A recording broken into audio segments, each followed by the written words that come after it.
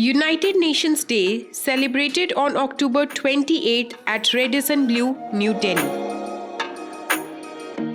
The event was graced by the presence of Her Excellency High Commissioner Anisa Kapufi Mbega from Tanzania, who served as the chief guest. Besides Chileya Selamutu, the NDMC director, and Elizaveta Nikitina, a representative from Russia, was also present. All international dignitaries showed their concern on human values. The event was hosted by Golden Sparrows organization led by directors Dr. Tilak Tanwar and RJ Aarti Malhotra from All India Radio.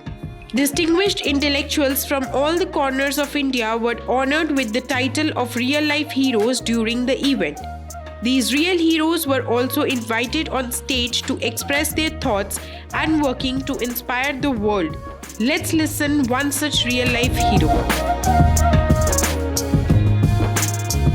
गुलाम होने के लिए समझौतों के साथ जीना पड़ता है, वो भागी होने के लिए समझौतों को ठोकर मारनी पड़ती है।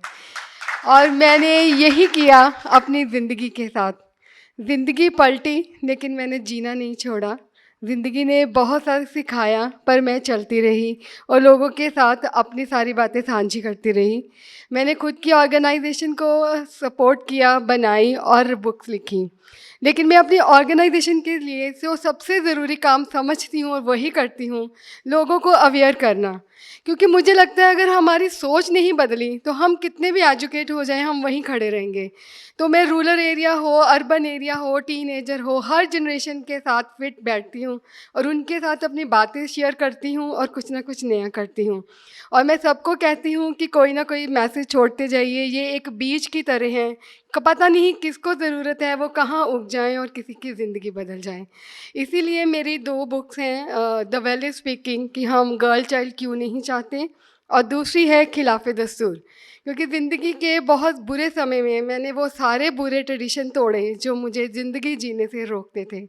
इसलिए आप अमेज़ॉन पर देखिए और मेरी बुक भी पढ़िए। मेरी बुक की सारी रॉयल्टी जो गरीब बच्चों की पढ़ाई के लिए जाती है। और मेरी इसलिए ऑर्गेनाइजेशन का नाम है पंजाबी संवाद, डायलॉग ऑन अ लाइफ, क्योंकि बात करने से ही हम मसलों का हल ढूंढ सकते हैं। और मेरी अपनी एक कंपनी है बोल्ड एंड ब्यूटीफुल। वो इसलिए कि बोल्ड एंड ब्यूटीफुल का कॉन्सेप्ट जो है वो सिर्फ लोग खूबसूरती से मानते हैं, लेकिन मैं मानती हूँ कि हर चीज़ जो अंदर से खूबसूरत है वो बोल्ड है और वो ब्यूटीफुल है।